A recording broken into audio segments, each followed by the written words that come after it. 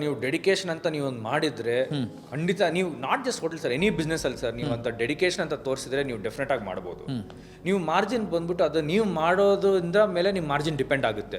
ಎಷ್ಟೊಂದ್ ಕಡೆ 14-15% ಮಾರ್ಜಿನ್ ತಗೊಳ್ಳೋರು ಇದ್ದಾರೆ, ಎಷ್ಟೊಂದ್ ಕಡೆ 35-40% ಮಾರ್ಜಿನ್ ತಗೊಳ್ಳೋರು ಇದ್ದಾರೆ.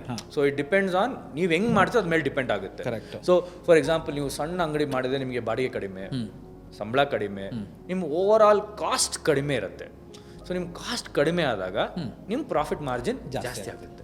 ಬೇರೆ ಇನ್ನೊಂದ್ ಕಡೆ ನೋಡಿದ್ರೆ ನೀವು ಬಾಡಿಗೆ ಜಾಸ್ತಿ, ಸಂಬಳ ಜಾಸ್ತಿ, ಜಾಸ್ತಿ ಐಟಮ್ಗಳೆಲ್ಲ ಮಾಡಿದಾಗ ನಿಮಗೆ ವೇಸ್ಟೇಜ್ ಜಾಸ್ತಿ ಆಗುತ್ತೆ. ಆವಾಗ ನಿಮ್ ಪ್ರಾಫಿಟ್ ಮಾರ್ಜಿನ್ ಕಡಿಮೆ ಆಗುತ್ತೆ. ಹೋಟ್ಲ್ ಅಂದ್ರೆ ದೊಡ್ಡ ಹೋಟ್ಲ್ ಅಂತ ಯಾವತ್ತಿಲ್ಲ ಸರ್, ಸಣ್ಣದಾಗೂ ಮಾಡ್ಬೋದು.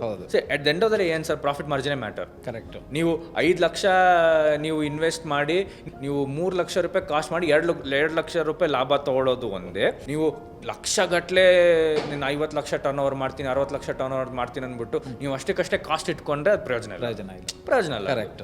ಸೊ ನೀವು ಏನೇ ಮಾಡಿದ್ರು ಸಣ್ಣದಾಗಿ ಮಾಡಿ. Boss Vala, B the boss.